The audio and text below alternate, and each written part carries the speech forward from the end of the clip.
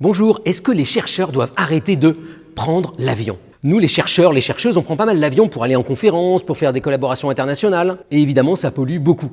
Et donc la question c'est, est-ce qu'il faut réduire, est-ce qu'il faut arrêter, ou est-ce qu'il faut continuer comme si de rien n'était? Alors vous allez voir que c'est pas si simple, je vais vous donner les pour, les contre, et puis vous allez me dire ce que vous en pensez. Alors du côté des oui, il faut réduire, il y a la pollution évidemment. Un chercheur, ça prend 2-3 vols en moyenne par an, et ça c'est en gros un tiers de votre bilan carbone à vous par an français moyen. Donc c'est quand même pas négligeable. Alors autre argument, c'est un peu le truc facile à réduire quand on fait de la recherche. Prendre un peu moins l'avion, c'est jouable, alors que s'il faut réduire le matériel, acheter moins d'éprouvettes, acheter moins de microscopes, acheter moins d'expériences de pointe, là on touche carrément au nerf de la guerre. Et puis autre argument, on n'a pas forcément besoin d'aller dans des conférences à l'autre bout du monde quand maintenant on sait tout faire en distanciel avec Zoom. Mais il y a des arguments contre qui disent il ne faut pas réduire l'avion. Le premier argument, c'est qu'on s'est rendu compte avec cet article notamment qu'il y a un lien direct entre la visibilité du chercheur ou de la chercheuse, s'il est connu, si on le cite beaucoup, et le nombre de fois où il prend l'avion. Et puis, autre argument, ça joue pas sur grand-chose. Les vols en avion dans la recherche, c'est en gros 15% du bilan carbone. Donc si on réduit un peu ces vols-là, vous voyez, on gagne quelques pourcents seulement. Et si on compare aux grosses expériences de la recherche, c'est de la gnognotte. Vous prenez le James Webb Telescope, vous savez, ce télescope incroyable qu'on a envoyé dans l'espace, et j'ai calculé que son bilan carbone, ça permettrait en gros à tous les chercheurs du CNRS de prendre des vols en avion pendant 20 ans. Et puis enfin, dernier argument qui tue,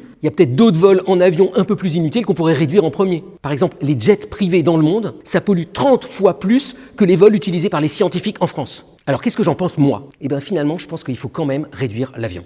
Et la raison à ça, c'est pas qu'on va énormément gagner en bilan carbone. La vraie raison, c'est l'exemplarité. Si nous, les scientifiques qui avons bien compris le rapport du GIEC, qui savons la gravité de la crise actuelle, on fait rien, c'est un super mauvais exemple pour les autres. Dans mon labo, par exemple, on a décidé de limiter l'avion à 1 vol par an par chercheur ou chercheuse. Alors sauf pour les jeunes qui peuvent prendre un peu plus de vols pour se faire connaître justement à l'international. Et vous, dans votre monde professionnel à vous, qu'est-ce qu'on dit? Est-ce qu'on réduit l'avion ou pas? Et si cette question de que va devenir la recherche scientifique dans l'avenir à l'heure de la crise environnementale, on a fabriqué une super expo pour vous, venez voir.